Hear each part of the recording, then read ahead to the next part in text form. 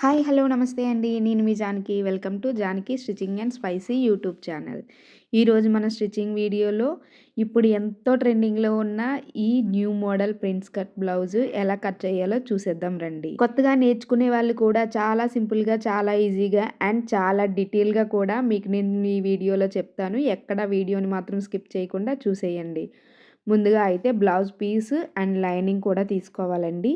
Blouse పీస్‌ని పక్కన పెట్టుకొని లైనింగ్ పీస్‌ని 2 ఫోల్డింగ్ అండి. డ్రెస్‌కి అయితే 4 ఫోల్డింగ్స్. మనం ఇప్పుడు కట్ చేసేది బ్లౌజ్ కాబట్టి 2 ఫోల్డింగ్స్ వేసుకోవాలి. కింద ఎడ్జెస్ ఒకేలా ఉండేటట్టు అంటే సమానంగా ఉండేటట్టు ఒక లైన్ గీసుకోవాలండి. ఒక పావు ఇంచు వదులుకొని. ఇప్పుడు మన మెజర్‌మెంట్‌కి బ్లౌజ్ తీసుకున్నాం కదా! అది రివర్స్ చేసుకొని మన షోల్డర్ అండి బ్యాక్ సైడు బ్లౌజ్ షోల్డర్ దగ్గర నుంచి అండ్ కింద పట్టీ వరకు కూడా ఎంత లెంత్ ఉందో చూసుకోవాలి. బ్లౌజు పొడవు అండి. బ్లౌజ్ లెంత్ వచ్చేసి 13.5 అండి. ఈ బ్లౌజ్ లెంత్ మీరు ఏ బ్లౌజ్‌తో మెజర్‌మెంట్ తీసుకుంటే దాని మెజర్‌మెంట్ ఎంతుందో మీరు అక్కడ చూసుకోవాలి. ఖర్చుతో సహా అండి 13.5 వచ్చింది నాకు. 13.5 దగ్గర ఒక మార్క్ చేసేసుకోవాలి. నెక్స్ట్ నడుము లూజు అండి. నడుము లూజు ఏంటి అంటే బ్లౌజ్ లూజు. మనం మధ్యలో చాలామంది జస్ట్ మన ఖర్చులకి కింద నుంచి మెజర్‌మెంట్ చేస్తారు. అలా కాదండి. వీడియోలో చూపించినట్టు నడుం మధ్యలో అండి బ్యాక్ సైడు నడుం మధ్యలో నుంచి పట్టుకుని ఖర్చుల దగ్గరికి పట్టుకోవాలండి. అలా అయితే మనకి కరెక్ట్ మెజర్‌మెంట్ అనేది వస్తుందండి. ఖర్చులు కూడా మన ఆది బ్లౌజ్‌కి ఎంతైతే ఖర్చులున్నాయో అంతే ఎగ్జాక్ట్ వస్తాయి. మనకొచ్చేసి బ్లౌజ్ లూజ్ అండి. నడుము లూజు 10.5 అండి. నడుము లూజు 10.5 బ్లౌజ్ లూజు. నేనెందుకు రాస్తున్నాను అంటే, మీకు టేప్ సరిగ్గా కనిపించకపోవచ్చండి. ఇలా రాస్తే కొంచెం క్లారిటీగా మీకు కనిపిస్తుంది కదా అనేసి, నేనిలా పక్కన బ్లౌజ్ మీద రాస్తున్నాను. ఖర్చులతో సహా 10.5 అండి లూజొచ్చేసి. ఇంకో హాఫ్ ఇంచు మధ్యలో బ్లౌజ్‌కి బ్యాక్ సైడ్ కట్స్ వేస్తాం కదా! ఆ కట్స్‌కి హాఫ్ ఇంచ్ అండి. ఇప్పుడు నడుం లూజు అండి. నడుం లూజ్ వచ్చేసి 2.5 అండి. నేను తీసుకున్న మెజర్‌మెంట్ బ్లౌజ్ లూజ్ వచ్చేసి నడుం లూజు 2.5. అండ్ ఇప్పుడు మనం టేప్‌తో చూసుకుని పెట్టుకుంటే కరెక్ట్ మెజర్‌మెంట్స్ అనేవి వస్తాయండి. బ్లౌజ్ మెజర్‌మెంట్స్ కన్నా. బ్లౌజ్ ఉన్నా సరే సేమ్ బ్లౌజ్ మీద మనం టేప్ మెజర్‌మెంట్ తీసుకుని అప్పుడు మనం ఒరిజినల్ బ్లౌజ్ మీద టేప్ మెజర్‌మెంట్ పెట్టుకుంటే చాలా నీట్‌గా వస్తుందండి మన మెజర్‌మెంట్ అనేది. ఇప్పుడు షోల్డర్ అండి. షోల్డర్ విడ్త్ షోల్డర్ 6.5 అండి. చూసారు కదా! షోల్డర్ వచ్చేసి 6.5 ఎందుకంటే ఇది ప్రిన్స్ కట్ న్యూ బ్లౌజ్ కదండీ! అందుకనేసి నేను ఒక 1 ఇంచు, హాఫ్ ఇంచ్ ఇలా ఎక్కువ తీసుకున్నానండి. షోల్డర్ లూజ్ వచ్చేసి 6.5 అండి. 6.5 చూసారు కదా! 6.5 అండి. ఇప్పుడు నెక్ లెంత్ అండి. నెక్ లెంత్ వచ్చేసి 2.5 అండి. ఏ బ్లౌజ్‌కైనా నేనైతే 2.5 తీసుకుంటున్నాను. ఇక్కడ కెమెరాలో కనిపించలేదండి 2.5 అనేది. నేనైతే అక్కడ 2.5 తీసుకున్నాను. ఇంకా ఎక్కువ మీకు లూజ్ కావాలి అంటే ఒక హాఫ్ ఇంచ్ పెంచుకుంటే సరిపోతుందండి. ఇప్పుడు మనం ఆర్మ్ హోల్ రౌండ్ అండి. ఆర్మ్ హోల్ రౌండ్ కూడా మనం షోల్డర్ లెంత్ ఎంతైతే తీసుకుంటున్నామో అంతే ఆర్మ్ హోల్ రౌండ్ కూడా తీసుకోవాలండి. చంక భాగం అనేది 6.5 అండి. 6.5 చంక భాగం వచ్చేసి 6.5 పెట్టుకుంటే సరిపోతుందండి. మనం షోల్డర్‌కి ఎంతైతే తీసుకుంటున్నామో అలానే చంక భాగం కూడా అంతే తీసుకోవాలండి. ఇప్పుడు మెజర్‌మెంట్ బ్లౌజ్ ఉంది కదండీ! మెజర్‌మెంట్ బ్లౌజు ఎంత అయితే వచ్చిందో చూసారు కదా! నేను ఎంతైతే పెట్టానో కరెక్ట్‌గా అంతే వచ్చిందండి. మీకు చూపించడం కోసం అనేసి నేను మీకు అలా పెట్టి ఎగ్జాంపుల్ చూపించాను. మీకు ఒకవేళ షోల్డర్ దగ్గర చంక భాగం పెట్టుకోవడానికి కన్‌ఫ్యూజ్‌గా ఉంటే ఇలా కొలత బ్లౌజ్ పెట్టి చూసుకుంటే సరిపోతుందండి. ఇప్పుడు చంక రౌండ్ తిరిగే దగ్గర అండి ఏ బ్లౌజ్‌కైనా సరే 1.5 సరిపోతుందండి. ఒకవేళ 2XL ఇలా అయితే మాత్రం సరిపోదు కానీ 2 ఇంచెస్ ఇలా తీసుకోవాలండి. మీడియం బ్లౌజు లేదా చిన్న బ్లౌజులకి 1.5 అయితే సరిపోతుంది. మనం పైన ఎంతైతే లూజ్ పెట్టుకున్నామో నెక్ దగ్గర లూజ్ అండి షోల్డర్ నుంచి కింద ఒక హాఫ్ ఇంచ్ ఎక్కువ పెట్టుకోవాలి. అంటే నెక్ లూజ్ వచ్చేసి 3 ఇంచెస్ పెట్టుకోవాలండి. 3 ఇంచులు పెట్టుకోవాలి. మనం పైన షోల్డర్ దగ్గర 2.5 పెట్టుకున్నాం కదండీ! కింద కూడా ఒక హాఫ్ ఇంచు ఎక్స్ట్రా కలుపుకొని 3 ఇంచులు పెట్టుకోవాలి. ఇప్పుడు ఆ 2.5 నుంచి 3 ఇంచులు కింద డ్రా చేసుకున్నాం కదా! అక్కడికి స్ట్రెయిట్‌గా లైన్ అనేది గీసేసుకోవాలి. ఇప్పుడు మన బ్యాక్ నెక్ మోడల్ అండి. కీ హోల్ రౌండ్ అండి ఈ మోడల్ నేను. ఈ బ్యాక్ నెక్‌కి ఈ మోడల్ అయితే పెట్టుకుంటున్నాను. పైనుంచి షోల్డర్ దగ్గర నుంచండి కిందకి 3 ఇంచెస్ తీసుకోవాలి. అలానే 3 ఇంచెస్ లూజ్ కూడా పెట్టేసుకోవాలి. అక్కడ రౌండ్ వచ్చేసి ఒక హాఫ్ ఇంచ్ డాట్ పెట్టుకొని రౌండ్ అనేది డ్రా చేసుకోవాలండి. ఇప్పుడు సర్కిల్ కోసమండి, పూర్తిగా సర్కిల్ కాదు. ఇలా డ్రా చేసుకున్న తర్వాత కరెక్ట్‌గా మిడిల్ పాయింట్ అనేది వస్తుందండి. అక్కడ మనం ఒక పావించు అనేది కొంచెం లోతు పెంచుకోవాలండి. ఎందుకంటే రౌండ్ తిరిగేటప్పుడు మనకి ఎక్కువ స్పేస్ అనేది సరిపోతుంది.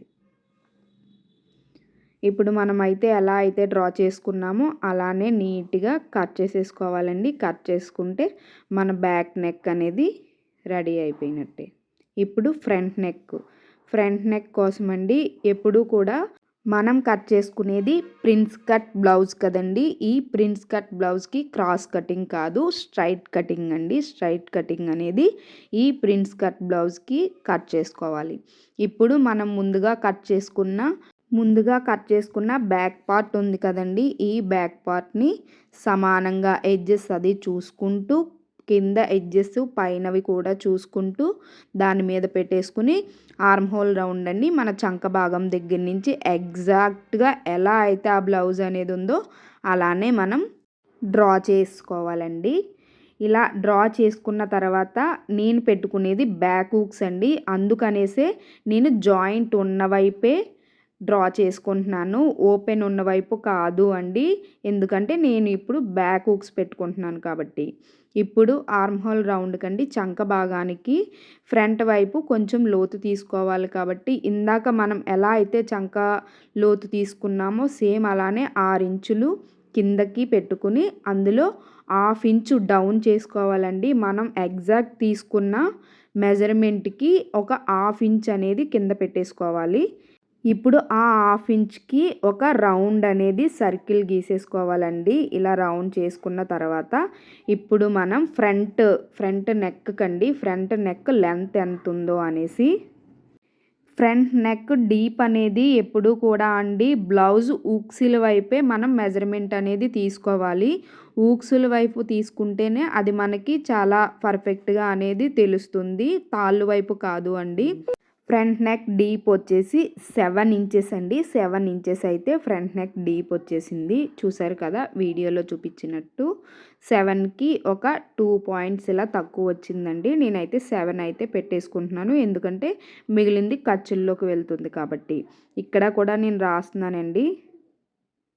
మీకు అటు సైడ్ కనిపించదేమో అనేసి ఇటు సైడ్ రాస్తున్నాను. ఫ్రంట్ నెక్ వచ్చేసి 7 ఇంచెస్ అండి. 7 ఇంచెస్‌కి ఇప్పుడు మనం దీన్ని ఈ డాట్స్‌ని 7 డాట్స్ అండ్ ఇక్కడ మనము 2.5 వదులుకున్నాం కదండీ! ఇక్కడి నుంచి ఆ డాట్‌కి ఈ డాట్‌కి బాక్స్ లాగా అనేది డ్రా చేసుకోవాలి. ఇలా డ్రా చేసుకున్న తర్వాత మనం షోల్డర్ దగ్గర నుంచి కింద డౌన్‌కి 5.5 వచ్చేటట్టు ఒక డాట్ అనేది పెట్టుకోవాలి మనం. ఇలా డాట్ పెట్టుకున్న తర్వాత ఇలా వీడియోలో చూపించినట్టు క్రాస్ కర్వ్ అనేది డౌన్ చేసుకోవాలండి. ఇలా డౌన్ చేసుకున్న దాన్ని మళ్ళీ ఒకసారి లోతు అనేది చెక్ చేసుకోండి. చెక్ చేసుకుంటూ మనం ఫ్రంట్ ఇప్పుడు న్యూ మోడల్ బ్లౌజ్ ఉంది కదండీ! ఆ మోడల్ కోసం అనేసి ముందుగానే మార్క్ చేసుకుంటే మనకి కొంచెం ఈజీగా ఉంటుంది.